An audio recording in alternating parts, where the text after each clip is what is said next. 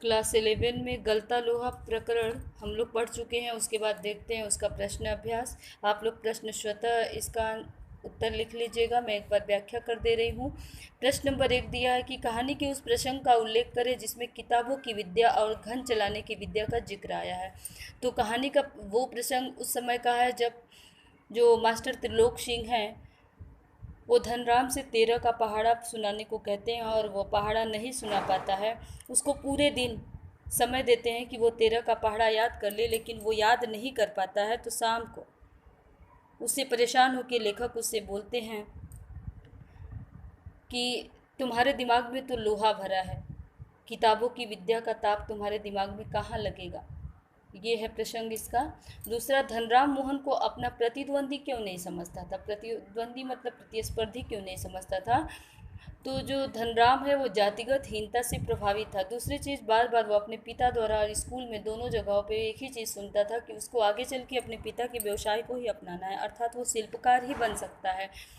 और दूसरा, मोहन पढ़ने में कुशाग्र बुद्धि का बालक था और अपनी कुशाग्रता को वो कई बार प्रमाणित कर चुका था, इसलिए मोहन उसको कभी अपना प्रतिद्वंदी नहीं समझता था। वो जानता था कि मुझे शिल्पकार ही बनना है और मोहन आगे चल के बहुत बड़ा आदमी बन सकता है क्योंकि उसमें वो बौद्धिक क्षमता है। अगला है, धनराम को मोहन के किस व्यवहार पर आश्चर्य होता है और क्यों। धनराम को मोहन के इस व्यवहार पर आश्चर्य होता है कि उस समय वहाँ पे गांव में ऐसी व्यवस्था थी कि कोई ब्राह्मण टोले का व्यक्ति शिल्पकार टोले में आके बैठता नहीं था, पहली चीज़। दूसरी चीज़, मोहन आकर बैठा ही नहीं। जब उसने देखा कि धनराम किसी लोहे को बार बार गोल मोड़ रहा है लेकिन मुड़ नहीं पा रहा है, तो उसने बड़ी ही कुशलता से धनराम के हाथ से हथौड़ी और लोहा ले करके उस गर्म लोहे को बड़ी ही शीघ्रता से गोलाई में मोड़ के और उसको गोल आकार दे देता है। उसके इस व्यवहार से धनराम को बहुत आश्चर्य होता है कि ये जो कार्य मैं बचपन से सीखता आया हूँ, जो मेरा कार्य है उसको मैं नहीं कर पाया, लेकिन मोहन ने कितनी कुशलता से कर दिया। और दूसरी चीज़, उसे डर था कि यहाँ वो बैठा है तो कहीं कोई उसको प्रताड़ित ना करने लगे। दूसरा है क्वेश्चन नंबर 4, मोहन के लखनऊ आने के बाद के समय को लेखक ने उसके जीवन का एक नया अध्याय क्यों कहा है।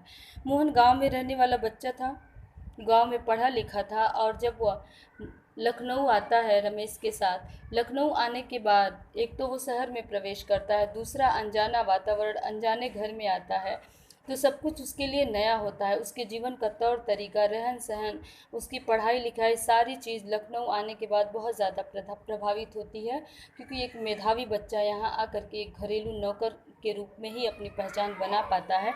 इसलिए लेखक ने बोला है कि मोहन के लखनऊ आने के बाद उसके जीवन का एक नया अध्याय प्रारंभ होता है। Question number 5, master Trilok Singh के किस कथन को लेखक ने जबान का चाबुक कहा है और क्यों।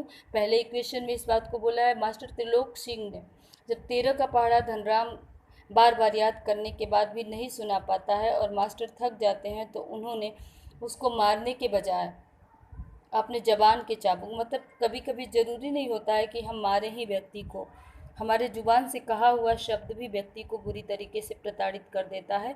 लेखक ने जो कटाक्ष किया था कि तुम्हारे दिमाग में तो लोहा भरा है, विद्या का ताप कहाँ से चढ़ेगा, ये जबान का चाबुक है। उनको बच्चे को हीन भावना से ग्रस्त बच्चे को इस तरह की बातें नहीं कहनी चाहिए थी, क्योंकि इससे बच्चे की जो हीन भावना है और ज़्यादा बढ़ जाएगी और हीनता से ग्रसित हो जाएगा। वो अपने को कम आंकता ही है और ज़्यादा कम आंकने लगेगा और आगे वह प्रयास करना चाहेगा भी तो उस तरह का प्रदर्शन वो नहीं दे सकता है। इसलिए लेखक ने उसे जबान का चाबुक कहा है। बाकी इस पार्ट में प्रश्न नंबर 6, प्रश्न नंबर 7 दिया है, पंक्तियाँ दिया है आपके पुस्तक में, किसने कहा है, क्यों कहा है, उसे आप लिखेंगे। और पार्ट के आसपास में कुछ क्वेश्चन ऐसे दिए हैं जिसे विद्यार्थी स्वयं कर सकते हैं, तो उसमें से आप पहला प्रश्न खुद अपने से अपनी कॉपी में कर लीजिएगा।